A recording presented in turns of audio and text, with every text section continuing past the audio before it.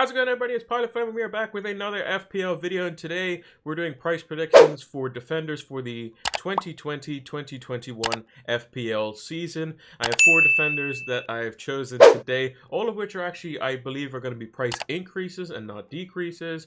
So without further ado, let's get into the video. So the first defender we have on our list is none other than Trent Alexander-Arnold. The man basically plays like he's a midfielder. He takes set pieces. He takes, direct free kicks. I wouldn't even be surprised if he took a penalty one day. Who knows? But the man is absolutely insane. Last season coming in at 7 million, which we thought would be expensive. He ended up racking 210 points, 4 goals, 15 assists. His own percentage was close to 4 out of 10 FPL teams by the end of it. He averaged 5.5 points a game. And I think that he's going to come in this season at 8 million. Now, I've seen people on Twitter just kind of, doing a whole bunch of like rumors and that sort of stuff, that they're willing to pay 8.5, 9 million for Trent Alexander-Arnold. And I perfectly agree with them, but I think that they won't try to boost him up too much, even though he is insane and very good at what he does. He has largely come through and boosted his average points based on his attacking output, with his assists, with his goals, from free kicks or corners or open play, with that deep line cross, almost Beckham-esque, which is what people are kind of comparing him to. And I think that 8 million is probably a fair price for him. I would also put Robertson at around 7 to 7.5, that's kind of just how I would see it. I think Trent provides a bit more because he is on direct free kicks, whereas Robertson very rarely is. They both take corners, so that's kind of the little extra 500,000, I guess, you would get out of Trent Alexander-Arnold in that situation. Also, Trent outperformed Robertson for the majority of this season, whereas in the previous season, it was kind of him and Robertson alongside each other, whereas Trent kind of surpassed him with the free kicks and just, overall outputting more points. And he's going to definitely be crucial for Liverpool going forward. He's Liverpool through and through. They won the league. Now they got to go and defend it. So they're going to be even more determined next season. And I think that 8 million is probably a fair price point for Trent Alexander-Arnold next season, with Liverpool defenders being 7.5 and lower after him. Next up on our list, we have Sheffield United's Ender Stevens. Now, he had 142 points this season, scoring 2 goals, getting 4 assists. He wasn't very highly owned, only 4.6% by the time the season finished. He averaged 3.7 points, which doesn't seem like a whole lot, and his starting price was 5 million. However, I do think that Sheffield United assets will see a price increase due to how well they did, and they're kind of cementing themselves, I guess, as kind of what you would call a mid-table club. So potentially they could finish anywhere from 8th to around 12th next season, I would think, if they don't get like a striker or something like that. And they kind of fell off towards the end of the season, mainly because they are a system-driven based team. If you look at the likes of Liverpool and Sheffield United, they're 2 teams in the Premier League that are very system-driven. Sheffield United with their overlapping center backs and their kind of just intensity. Liverpool with their high press, their high intensity, their fullbacks bombing up and down, in the midfield being just very workmanlike.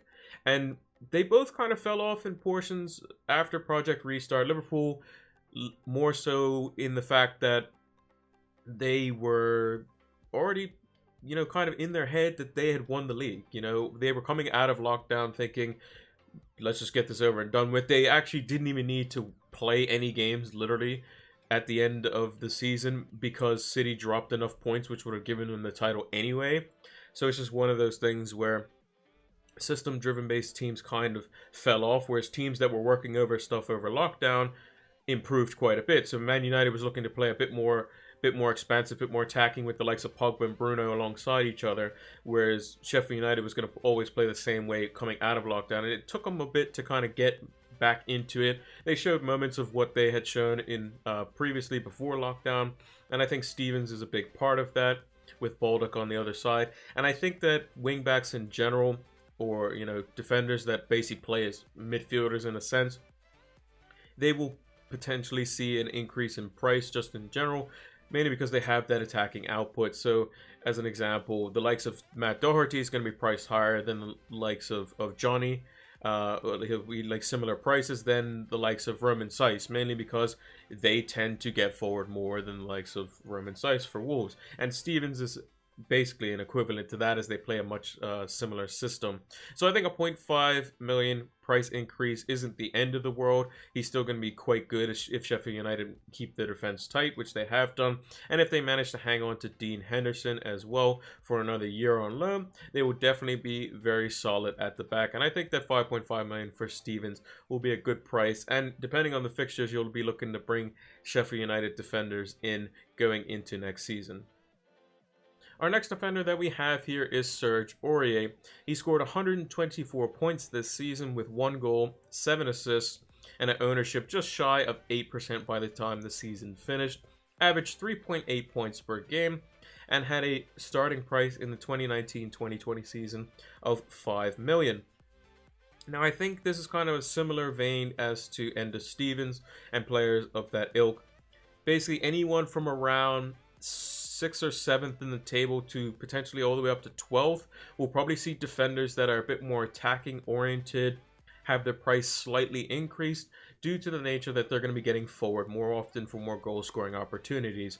So Aurier, Ender Stevens, we saw Doherty with his price increase last year, although his went up significantly. And you may see these types of price increases to create a slight gap over the likes of other defenders. And with that, I think that it could cause, a bit of issues where it's just a slight increase for defenders that may have not necessarily performed as well. So, like, if you look at Aurier, 124 points doesn't seem like a whole lot, but they tend to do this from what I've seen historically.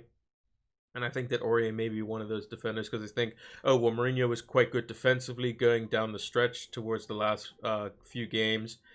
Let's increase Aurier's price point, and then we'll price the Spurs defenders who have been more defensively solid at 0.5 million lower in terms of their center back. So, like, if Davinson Sanchez is 5 million, Aurier will be 5.5. If Davies is 5.5, that means Toby Alderweireld will be 5 million. That sort of stuff. And I think it kind of makes sense. Some of them may be slightly more attacking than others. So I think Aurier is probably more attacking than Davies is. So he may be slightly higher than Davies, similar to how Robertson is versus Trent Alexander-Arnold. Over the course of the whole season, Alexander-Arnold was more expensive, so Robertson might come in at 0.5 lower than he will, and it all depends on output as well. If Aurier stays at 5 million, that would probably be just fine, but I just feel that they might differentiate between like a center back and a fullback or a wing back and have that slight increase in price, and it all depends on kind of how your defenders are currently priced in the team. So as an example, if Doherty comes in at 6 million, I expect their center backs to come in at around 5 to 5.5 million and not be nice cheap assets like we had before, whereas like Roman Saiz and Boly were coming in at like 4.5 million and that sort of stuff. So I think Aurier will be at around 5.5 million, but I could definitely see him being at 5 million, same price as he was last season as well. And the last defender we have on the list is Wolves' Willy Boly. Now, he got 97 points this season with 0 goals, 1 assist. His own percentage was 4.1% by the time the season was over. And he averaged 4.4 points. And that was mainly because he didn't play for a large portion of the season. He was out with a long-standing injury and only played around 20 or so games, which is why his average points is so high. And that was mainly because it's due to him being back in the Wolves team. They get more clean sheets when he's in the team. He's a leader back there. He's defensively solid. And that was shown post-restart where they could have had around 6 to 7 clean sheets if it wasn't for Sheffield United scoring in basically the final minute. And Burnley as well getting the penalty that basically wasn't a handball, unfortunately, on Doherty. But it is what it is. And then the only other 2 games that they did concede in was Arsenal and Chelsea. But otherwise than that, it was clean sheet city for Wolves. And Willy Boly was a big part of that. His previous price in the 2019-2020 season was 5 million. He dropped down to around 4.6, 4.7 when he was injured and slowly made his way back up to his original price before the season was out. However, I think he will see a price increase to 5.5 million, as will some of the Wolves defenders, potentially their center backs mainly. So like Roman Saiz, I expect to go up this season, as well as Connor Cody if he hasn't already been positioned at 5.5 million. I haven't checked his price personally, but I think they'll all be around the same price point. If you have Doherty at 6 or 6.5 with the likes of Johnny as well, then the likes of Willy Boly and co will be around the 5 to 5.5 million mark. And with Wolves being so defensively solid, they're in Europa League, potentially could still get a Champions League spot. These types of things, they kind of all factor in and show how good Wolves are defensively solid. With their style of play, they're looking to basically take the ball off you just before you get inside the 18-yard box, and then break you on the counterattack, which is a lot more of a progressive style of defending. And they show that with the Adama Traore, they can do that. And with Willy Boly kind of being the one of the center figures alongside Connor Cody and Roman Saiz in that back three, they just provide a very solid defensive unit. They're great in the air as well, both offensively and defensively. And I think that he will definitely see a price increase because he's shown his value for Wolves and shown that how solid they can be with him in the team. And I think they'll prove this and go on to do these sorts of things that they showed post restart into the next season as well. And that's going to do it for this FPL preseason price predictions for our defenders. That was a bit of a tongue twister. But yeah, make sure to leave a comment down below as to which defenders you think are going to be increasing or decreasing in price, or potentially ones that you're looking that are being promoted from the championship. Make sure to leave a like on the video if you enjoyed it. Make sure to subscribe to the channel if you are new, and turn those notification bells on so that you can get the content as soon as it is readily available. Also, make sure to follow us over on Twitter and Twitch, as you can see down below. It's PilotFlame226, as well as links are in the description. Twitter is where we post all of our videos, as well as when we go live over on Twitch. And Twitch is where we do our Game Week previews when the season is in full flow. And we're also going to be doing some gaming content over there.